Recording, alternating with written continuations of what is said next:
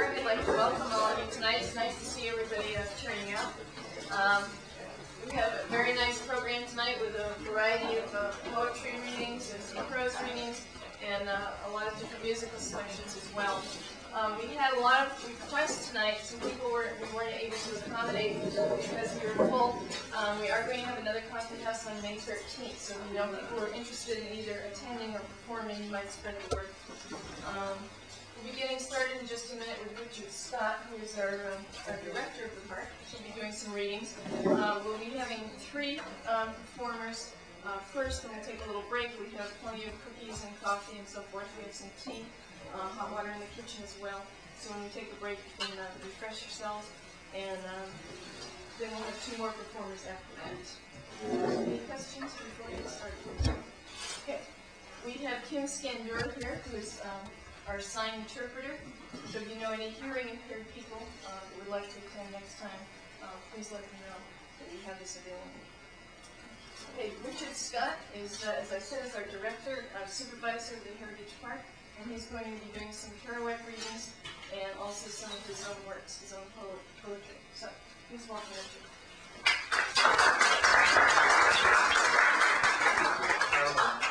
Right behind you is the box for the, I think there's a power button on the right hand side. Press it. Now I want to welcome everyone here. We chose this spot at the boathouse to have the coffee house mostly because people don't realize that this is part of the Heritage State Park in Lowell. It's not just the properties that we own and supervise in the downtown. We also have this boathouse, and we also have the Lowell Draycote Tingsboro State Forest. Most people know it's the Draycote Forest, about 1,100 acres.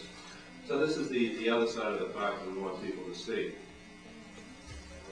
Now, one other thing about Jack Kerouac is that in the last week of June this year, we will be dedicating, along with the City of Lowell and the Lowell Historic Preservation Commission, a place called Eastern Canal Park. It's on Bridge Street, where the warehouse was torn down, where those Lowell residents would know as where Keats used to be. And there's the Eastern Canal Park, and in that park will be a commemorative to Jack Kerouac. There'll be some granite sculpture with Kerouac's words on them. And we'll be doing about 5 days worth of programs. It started out as one little event. It seems we're getting quite a bit of support from the city. You'll be seeing more about that and hearing more about it as time goes on. But there will be many events going on that week, and we hope that the Kerouac Week, as it's becoming, will become an annual event.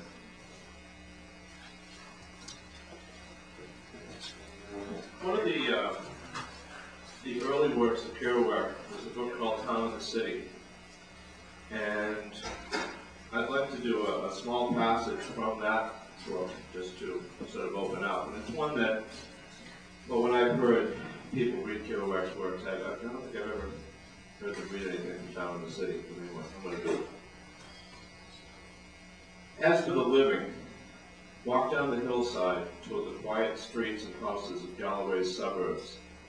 You will hear the river's ever-sloshing rush and pass beneath the leafy trees, the street lamps along the grassy yards and dark porches, the wooden fences.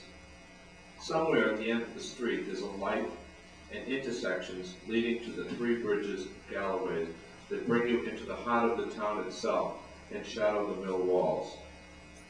Follow along to the center of the town, the square where at noon everybody knows everybody else. Look around now and see the businesses of the town, deserted and haunted midnight, the 5 and 10, the 2 or 3 department stores, the groceries, the soda fountains, the drug stores, the bars, the movie theaters, the auditorium, the dance hall, the pool rooms, the Chamber of Commerce building, the City Hall, and the Public Library.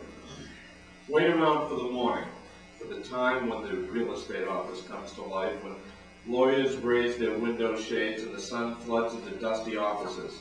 See these men standing at the windows on which their names are written in gold letters, nodding down at the street when other townspeople walk by. Wait for the buses to come round, laden with working people who cough and scowl in a hurry to the cafeteria for another cup of coffee. The traffic cop stations himself in the middle of the square, nodding to a car which toots at him joyfully. A well-known politician crosses the street with a bright sun on his white hair. The local newspaper columnist comes sleepily to the cigar store and greets the clerk. Here are a few farmers and trucks buying up supplies and groceries and transacting a little business. At 10 o'clock, the women come in armies with shopping bags, their children trailing alongside. The bar's open, men gulp their morning beer. The bartender mops the mahogany. There's a smell of clean soap, beer, old wood, and cigar smoke. At the railroad station, the express coming down to Boston pumps shooting clouds of steam around the old brown turrets of the depot building. The street guards descend majestically to stop traffic as the bell rings and jangles. People rush for the Boston train. It's morning and Galloway comes to life. Out on the hillside by the cemetery, the rosy sun slants in through the elm trees. A fresh breeze blows through the soft grass. The stones gleam in the morning light, and there's an odor of loam and grass. And it's a joy to know that life is life and death is death. These are the things that closely surround the mills and the businesses of Galloway, that make it a town rooted in earth and the ancient pulse of life and work and death, that make its people townspeople and not city people. I think that anyone who's from the city of Lowell or that knows much about it knows that Lowell is a small town.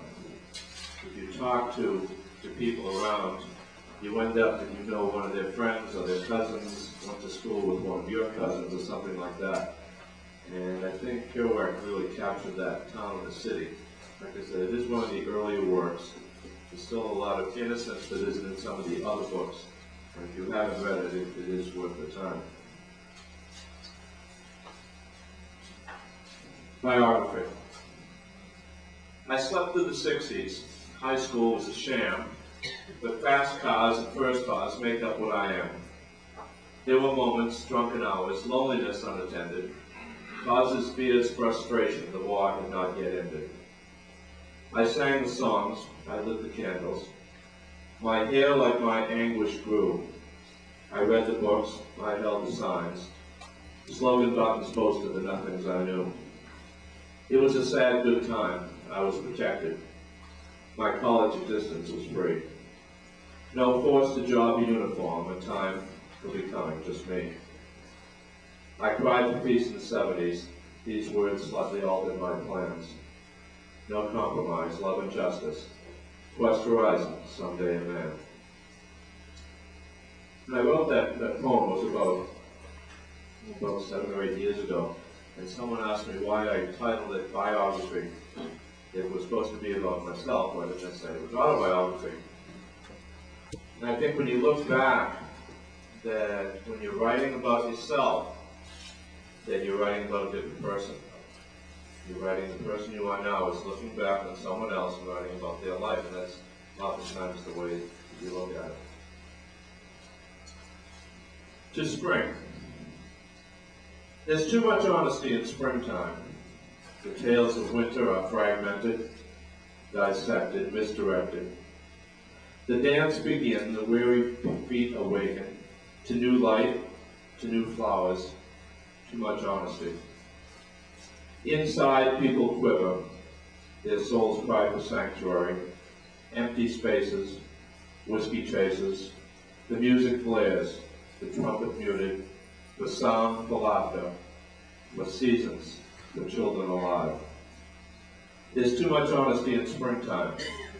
The moon of harvest hibernates, vibrates, iron gates. Poetry is created, the drunken writer hears the bells of celebration, of interrogation, overexposure to radiation.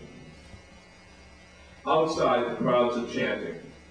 A universal spirit pervades, now invades, now parades. Philosophical distinction is at hand. The honesty of springtime overwhelms. Funeral fear, funeral beer. King Tut's treasures we revere. Continuing, our journey begins from the point where our precursors died. Did not hide, learned to glide. The ethereal clouds gather, shadowing the graying landscape with shimmering darkness and a blue ghost haze, with an honesty carved by the knife of spring.